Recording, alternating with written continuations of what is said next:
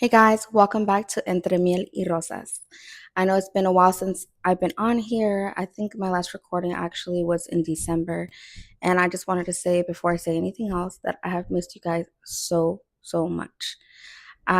This has been a season for me about a lot of learnings and growings, and I think that is why it made it so hard for me to come back and be able to talk to you guys about the things that I've been wanting to talk to you guys about because I'm a type of person that when I'm going through things, I internalize a lot and I isolate myself a lot so that I can focus as well and come back to a space where I can create. So if you guys ever see me go absent, just know that you guys are at the top of my brain, but unfortunately, I have to get things in order in my brain to be able to communicate the things that I want to communicate to you guys.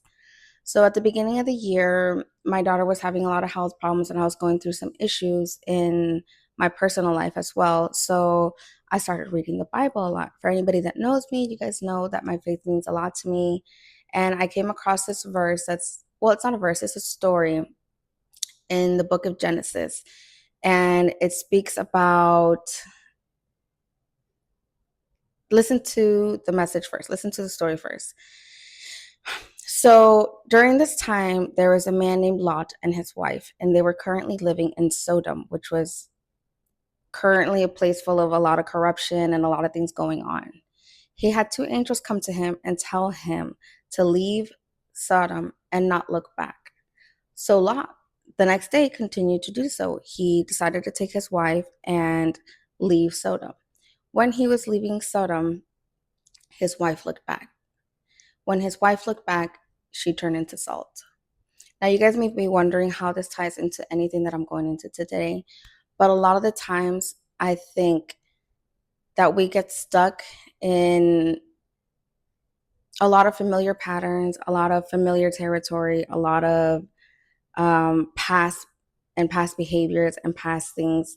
And sometimes we have to learn that to become the person that we're becoming and to go where we're going to go, we have to look forward because although your past has made you and although your past has pushed you to certain places, it cannot go where you are trying to go. So if you take a moment to look back, that might just be the part that keeps you from moving where you're supposed to be going. And I think when I initially read that in the book, it struck out to me so much because I was taking some decisions in my life that were, I think in the deep down in my heart, I knew weren't the right decisions or that it was going to hinder me from going where I was going. But because I'm a person that feels a lot, I felt like, you know what, maybe this, maybe that. And time again, I was proved wrong. That being said, God has showed me time and time again how important it is to listen to yourself and to listen to your heart when you are not fully doing so, if that makes sense. I think a lot of it has had to do with my mental health as well. I have, like I mentioned earlier, isolated myself a lot. And even then, I was still choosing same things. And it got to the point where God has pulled me out of a lot of situations without me even thinking that it was going to happen. But He has pulled me out of a lot of situations because He knows that if it were for my own will, I would have not done so.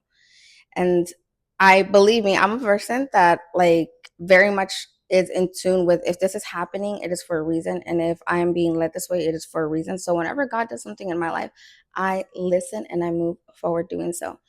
But that being said, I think that the point that got me there was a lack of boundaries in my own life and allowing certain situations, moments, and places drain me. And that is on no one but myself. Even though at the time I felt like I was doing right, I want to enforce how important it is to choose yourself first and always in any situations. Also, doing it with the right heart instead of mind. But I think when you put yourself second and let life kind of keep dictating things for you, you're going to be being put in a position where the same patterns are going to keep repeating because you're not changing those patterns. You're not doing anything to actively move forward in a different direction. I myself am a victim of that as well. And I think I needed to have stricter boundaries on myself for the things that I allow to continue in my life or situations that are toxic and or draining. So for anyone out there who is watching or listening or has even made it this far, first of all, I want to say thank you so much for hearing me out. And second of all, if there's anything in your life that is taking a piece of you daily, or that is taking a piece of your mental health slowly, remember how important it is to listen to yourself and to value yourself and put yourself above all of that.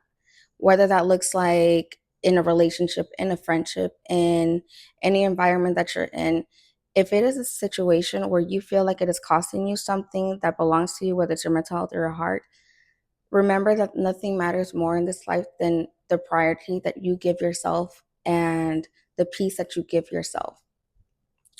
So that was kind of the message for today. And I'm going to segue into this a little bit for my next podcast that I have a very special guest coming on.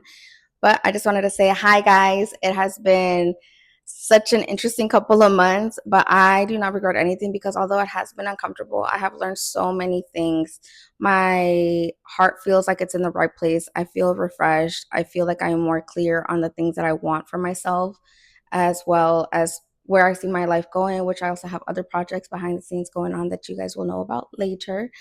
But I am very happy where this is all going, and I'm very thankful that sometimes I have to go through these lessons to really hear myself out and really pay attention and listen closer and harder and be more active. I think I'm someone that kind of freezes a lot in certain situations. Like something might happen to me and I just overanalyze it and I overanalyze it and I overanalyze it.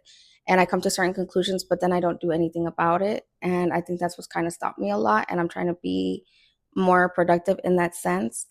But everything for me has have always been taught when I was younger, has been little by little. My grandfather used to say that to me a lot when I was younger because I've always been very impulsive.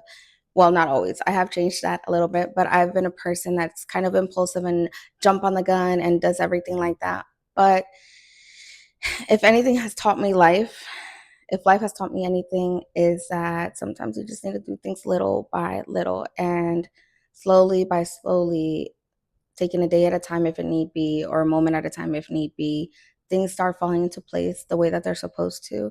And above all, just having faith that whatever is happening in your life is not your final goal, it is not your final destination, and that there's so many better things coming. You just have to have the faith and the willpower to move in that direction as well.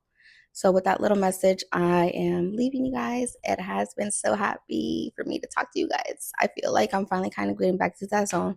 And I can't wait to show you guys who is coming on next on my podcast. So, if you're interested, keep watching. Thank you so much for always supporting, guys. Love you guys. Mwah.